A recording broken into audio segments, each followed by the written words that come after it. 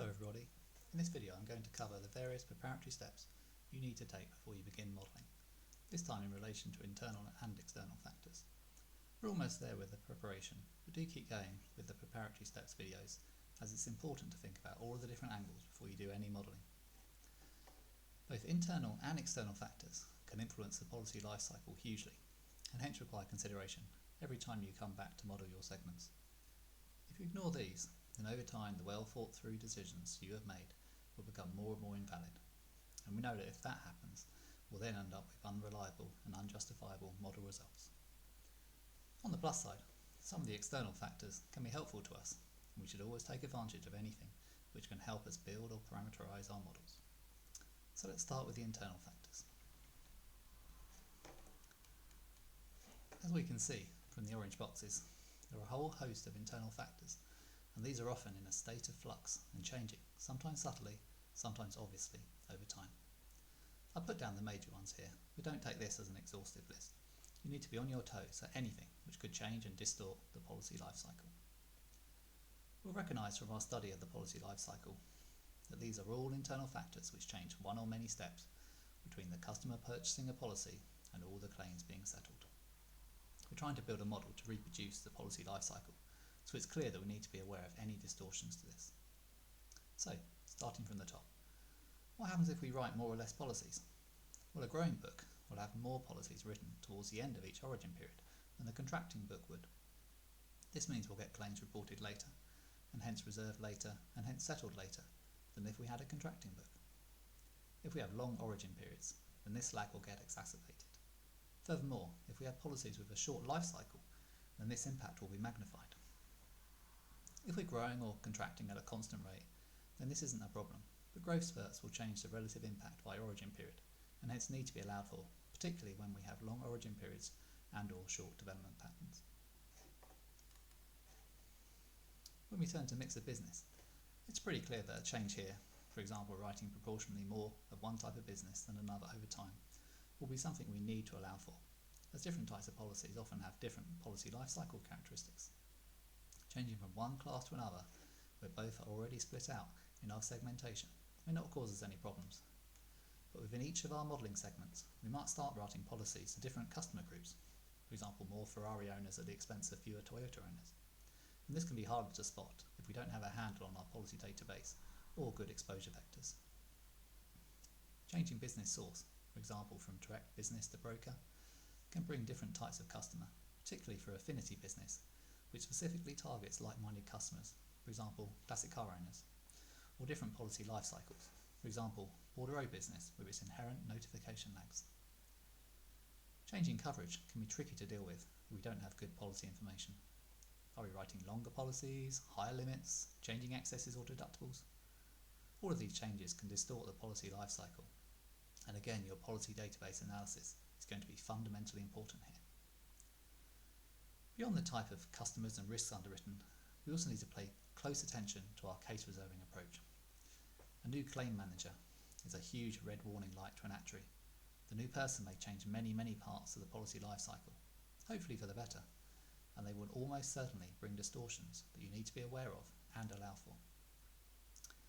The standard case reserving practice of an insurer is always changing, although normally just to allow for inflation or to bring it incrementally closer to best estimate, often with the best intentions and the full involvement of the actuaries. However, be very aware of step changes, as these will distort your incurred claim amount development patterns, another reason to be on top of your claims database analysis and to not rely fully on incurred claim models. Similarly, changes in claim assessors, both internal and external, will alter case reserves, and this can be very distorting if claim assessors change their approach to large claim reserving.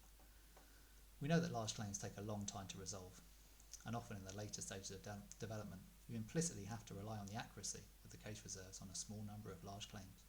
So anything you can do to monitor and check the claim assessment stage will be extremely helpful to you. Lastly, the insurer's fundamental approach to litigation and or fraud can change markedly in short periods of time. This will alter the speed at which claims settle, as well as how much these claims cost. Thankfully, this should be quite an easy thing to be aware of, as it would be a fundamental change, again hopefully for the best for customers and the insurer alike. So what steps should you take as an actuary to keep abreast of all these internal changes? Well, you should be having regular, open discussions with the underwriting and claims teams. These teams really know their stuff and will be very open with you if you demonstrate your ability to listen and ask the right questions. As a rule of thumb, if you're not on first name terms with the key members of the underwriting and claims teams, then you probably aren't meeting them often enough. This is also naturally the point where good, insightful analysis of the claims and policy databases comes in. Virtually all of the incremental changes can be spotted if you get the right data and analyse it correctly and promptly. You can even add value back to the claims and underwriting teams by sharing insightful analysis with them. This will help you build that solid, trusting relationship you need to have with them. Oh, and keep an eye on company announcements around strategy and key staff changes too. This will give you a heads up on what to look out for and to ask about. So let's say we know the true impact of any internal factors that have happened since our last review. So what do we do now? Well, the 4 actions I've listed here are a good starting point, although you should be open to other solutions too. So, action 1, change the granularity of our modelling. For example, moving to shorter origin periods to avoid growth or contraction distortions to development patterns, or splitting growing segments into subclasses to ensure we retain sufficient homogeneity in each model segment, or combining segments if they shrunk down and we can better target our modelling time elsewhere. Action 2 is to consider if the historical data remains appropriate. A huge growth into new customers within a segment might mean that our historical understanding of the policy lifecycle of that segment is no longer representative of the future of it. Maybe we need to split a segment into 2 or to exclude some of the historical data from our models. As a third action, adjusting the historical data can be an excellent way to allow for key changes in claim handling practices. It does rely on having a robust claims database and also insightful analysis of it, but with good database skills, it's entirely possible to restate the history and therefore have reliable claims data throughout our triangles to ensure our models are well founded. Just make sure you can fully communicate what you've done to key stakeholders, as it will get quite complicated. Lastly, we may at this point realise that the chain ladder method is no longer appropriate for some segments. Big changes in mix and also large growth or contraction can make the history irrelevant or recent data too sparse to model with this method. Again, remember, we do have many tools at our disposal, and any method should only be used where it is appropriate to do so. We'll talk more about where the chain ladder method works well and where it doesn't in later videos. Let's turn now to external factors which need to be considered in your preparations. Firstly, we'll consider the external factors which, like the internal factors we just discussed, act to distort the policy life cycle, which can be understood in a similar way through good communication and insightful analysis. Then we'll consider the external factors which can help you to calibrate your models, although they can also sometimes make you realise you shouldn't use a chain ladder model at all. The first type of disruptive external factor are those which relate to market influences. These are things like price wars, claim management companies, and external shocks like COVID-19 or global warming. These can influence various stages of the policy life cycle, and so you need to be monitoring the environment in which the insurer operates and ensuring your models reflect that environment adequately. The second type of disruptive external factor are those relating to the regulatory or legal framework in which the insurer operates. For example, there could be a change in the discount rate used to calculate lump sum court awards, which will change the cost to settle applicable claims in future, and which actually is a great example of where restating your historical claims data might be a valid modelling solution. In many countries, the regulator can get involved in controlling prices, for example, rate filing, or the government can get involved in providing cover, for example, flood risks in the UK. You need to be aware of the presence of such measures, any changes in them, and their impact on the policy life cycle. So it's natural to wrap up these kind of external factors with the actions you are taking around internal factors.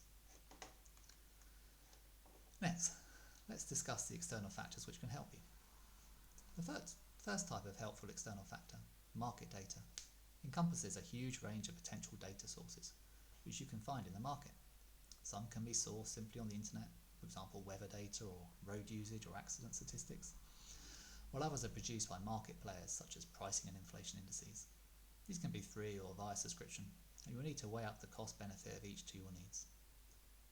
The second type of helpful external factor, benchmarks, can vary in their availability and their use, but each should aim to help you calibrate your model better.